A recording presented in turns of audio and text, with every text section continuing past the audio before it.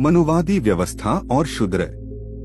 मनुवादी अथवा ब्राह्मणवादी व्यवस्था के अधीन रामचरितमानस, व्यास स्मृति और मनुस्मृति प्रमाणित करती हैं कि भारत का समस्त पिछड़ा वर्ग एवं अछूत वर्ग शूद्र और अतिशूद्र कहलाता है, जैसे कि तेली, कुम्हार, चांडाल, भील, कोल, कल्हार, बढ़ई, नाई, ग्वाल, बनिया, किरात, कायस्थ, भंगी, सुनार इत्यादि। मनुविधान अर्थात मनुस्मृति में उक्त शूद्रों के लिए मनु भगवान द्वारा उच्च संस्कारी कानून बनाए गए हैं, जिनको पढ़कर उनका अनुसरण करने से उक्त समाज के सभी लोगों का उद्धार हो जाएगा और हमारा भारत पुनः सोने की चिड़िया बन जाएगा। आपके समक्ष मनु भगवान के अमृतमयी कानूनी वचन पेश हैं। जिस देश का राजा शूद्र अर्थात पिछड़े वर्ग का हो, उस देश में ब्राह्मण निवास न करें, क्योंकि शूद्रों को राजा बनने का अधिकार नहीं है। राजा प्रातःकाल उठकर तीनों वेदों के ज्ञाता और विद्वान ब्राह्मणों की सेवा करें और उनके कहने के अनुसार कार्य करें। जिस राजा के यहाँ शूद्र न्यायाधीश होता है, उस राजा का देश कीचड़ में धंसी हुई गाय की भांति दुहक पाता है। ब्राह्मण की संपत्ति राजा द्वारा कभी भी नहीं ली जानी चाहिए। यह एक निश्चित नियम है, मर्यादा है, लेकिन अन्य जाति के व्यक्तियों की संपत्ति उनके उत्तराधिकारियों के न रहने पर राजा ले सकता है। नीच वर्ण का जो मनुष्य अपने से ऊंचे वर्ण के मनुष्य की वृत्ति को लोभवश ग्रहण कर जीविका यापन करे, तो राजा उसकी सब संपत्ति छीनकर उसे तत्काल निष्कासित कर दे। ब्राह्मणों की सेवा करना ही शूद्रों का मुख्य कर्म कहा गया है। इसके अतिरिक्त वह शूद्र जो कुछ करता है, उसका कर्म निष्फल होता है। यदि कोई शूद्र किसी द्विज को गाली देता है, तब उसकी जीभ काट देनी चाहिए, क्योंकि वह ब्रह्मा के निम्नतम अंग से पैदा हुआ है। यदि शूद्र तिरस्कार पूर्वक उनके नाम और वर्ण का उच्चारण करता है, जैसे वह यह कहे, देवदत्त तू नीच ब्राह्मण है, तब 10 अंगुल लंबी लोहे की छड़ उसके मुख में कील दी जाए। निम्न कुल में पैदा कोई भी व्यक्ति यदि अपने से श्रेष्ठ वर्ण के व्यक्ति के साथ मारपीट करे और उसे क्षति पहुंचाए, तब उसका क्षति के अनुपात में अंग कटवा दिया जाए। ब्रह्मा ने शूद्रों के लिए एकमात्र कर्म निश्चित किया है, वह है गुणगान करते हुए ब्राह्मण, क्षत्रिय और वैश्य की सेवा करना। शूद्र यदि ब्राह्मण के साथ एक आसन पर बैठे, तब राजा उसकी पीठ को तपाए गए लोहे से दबाकर अपने राज्य से निष्कासित कर दे।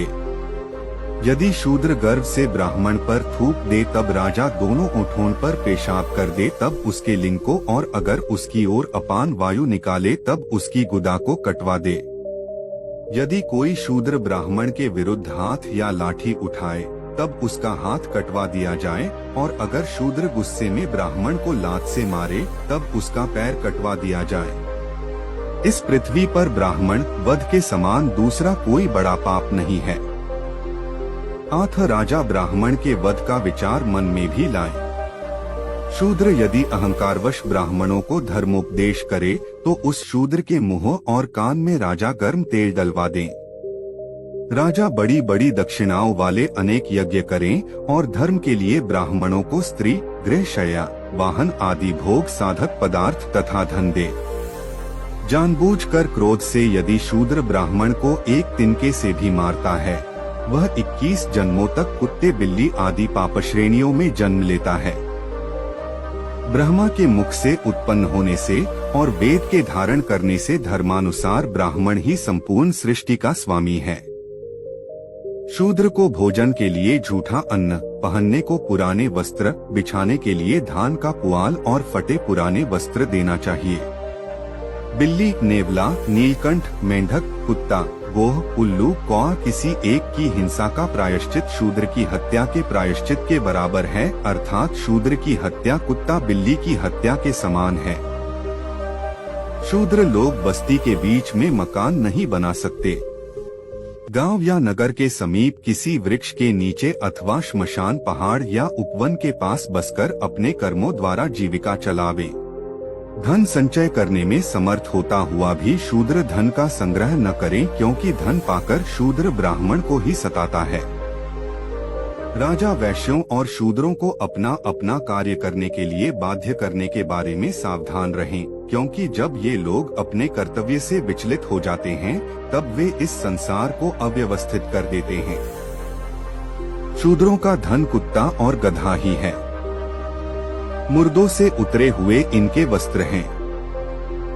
शूद्र टूटे फूटे बर्तनों में भोजन करें। शूद्र महिलाएं लोहे के ही गहने पहने।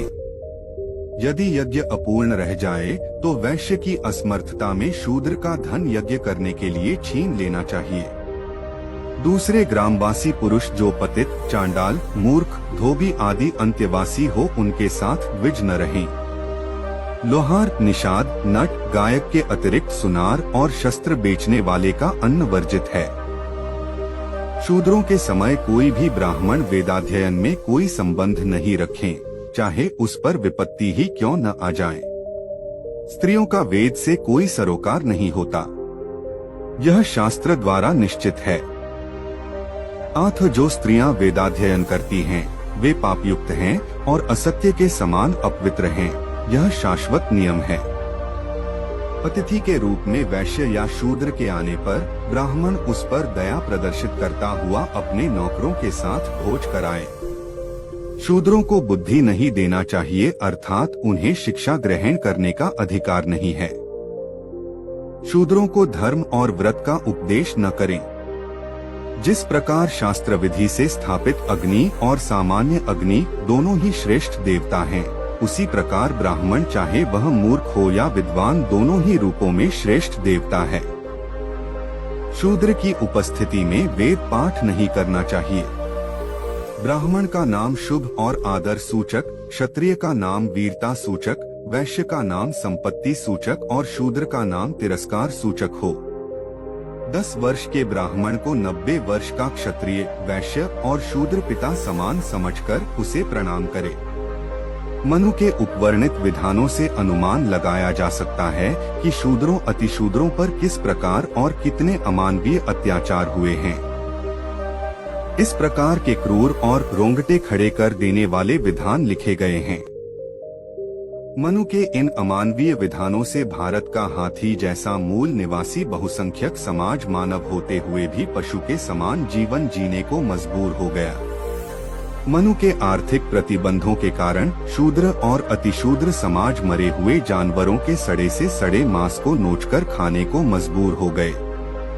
मनु द्वारा ब्राह्मणों को दिए गए विशेषाधिकारों ने ब्राह्मणों में शूद्रों और अछूतों के प्रति निर्ममता और अमानवीयता का भाव भर दिया। मनुविधान में वर्णित मूर्ख, गवार और कुकर्मी ब्राह्मण भी मूल निवासियों पर आधिपत्य स्थापित कर उन्हें जीवन भर गुलाम बनाने के लिए उनको कई हजार जातियों में बांटा।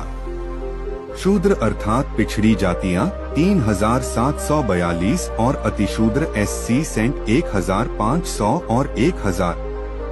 ब्राह्मणों ने मूल निवासियों को न केवल जातियों में विभक्त किया बल्कि उनमें ऊंच नीच का भेद भाव भी पैदा किया ताकि इन जातियों में आपस में फूट रहे और वे उन पर राज करते रहें।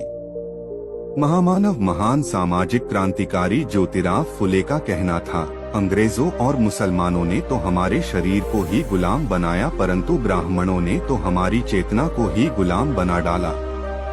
इस प्रकार मनु के विधान के फलस्वरूप समाज में जातिवाद, ऊंच नीच, छुआछूत, पैतृक, पौरोहिताई, वर्णवाद, कर्मकांड का वातावरण फैल गया। इससे केवल ब्राह्मणों को ही लाभ हुआ तथा शूद्रों का घोर अहित हुआ। उनमें हीनता का भाव पनप गया। ब्राह्मणों द्वारा भाग्यवाद, पुनर्जन्मवाद और ईश्वरवाद के बिछाए जाल में फंसकर बहुजन अपने मान और सम्मान के प्रति संवेदना ही नष्ट कर बैठे।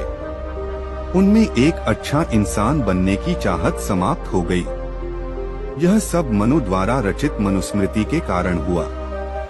मनुवाद विध्वंसक, आपराधिक प्रवृत्ति युक्त, असमानता पर आधारित, लालची एवं स्वार्थी मनोवृत्ति वाला, हिंसक एवं बेईमान, क्रूर, उत्पीड़क, निकम्मा तथा दूसरों का घातक शत्रु है। इस व्यवस्था ने इस देश के मूल निवासियों को शूद्र और अतिशूद्र बनाकर उन्हें लंबे अरसे तक जानवर की जिंदगी व्यतीत करने को मजबूर किया। मनुवाद हमेशा समाज को दिग्भ्रमित करता है तथा बहकाता है। यह बहुजनों और महिलाओं को हमेशा हतोत्साहित करता है। यह घोर भौतिकवादी और अवसरवादी है। बहुजन समाज की उन्नति और मुक्ति के लिए मनुवाद को पुनः दफनाने की जरूरत है। क्या हिंदुवादी अर्थात ब्राह्मणवादी लोग ये बताने का कष्ट करेंगे कि उपर्युक्त मनु के क्रूर विचारों और विधानों से क्या पिछड़े वर्ग के लोगों की धार्मिक भावनाएं आहत नहीं होती हैं? क्या उनको अपने देश में एक सम्मान और मौलिक अधिकारों के साथ जीने का अधिकार नहीं है? क्या इससे हिंदू धर्म की आस्था को ठेस नहीं पहुंचती है?